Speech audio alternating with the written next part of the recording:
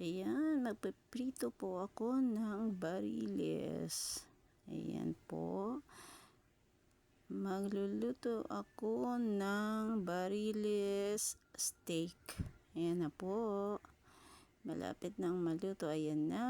Naluto na po. At magigisa po ako ng bawang.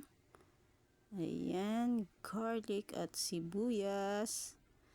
At ayan. Halu-haluin at lagyan rin ng ginger. Ayan, luya. At dinagdagan ko pa. Ayan po, at nilagyan ko ng soy sauce. Ayan po. Para sa ating steak na bariles. At ayan po. Nilagyan ko din ng laurel. Konting laurel.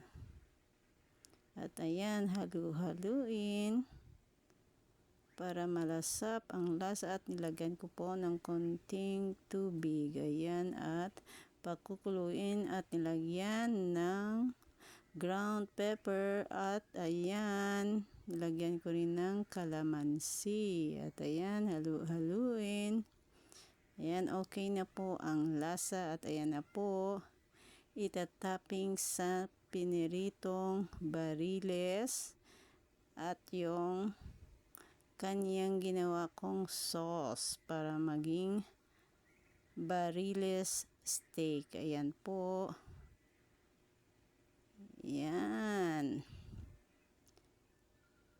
Ipalibot natin na ilalagay para yan sa kanyang sauce at ang finish po, ayan, bariles steak. Thanks for watching, guys.